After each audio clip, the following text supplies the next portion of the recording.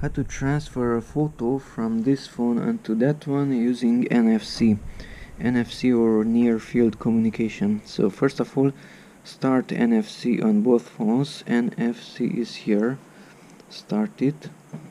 Okay, NFC has to be started here also. NFC.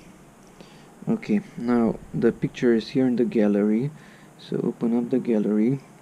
It's this one, for example. Tap on it. Here we have these three dots linked with a line, two lines, and tap on that one, three dots. Okay, and here we should select Android beam. So tap on Android beam. Bring the other device close to share the content.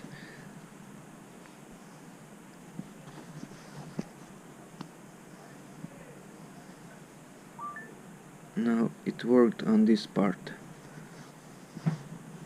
or maybe not. Let's see. Once again, you have to be quick. So Android beam again. Bring the other device close, move it up or down. Yes, it's working on this portion and the lower of that one. Receiving Android beam was mentioned. Receiving by Android beam complete. So the picture was transferred. Okay, and we should see it here in the gallery, and there it is.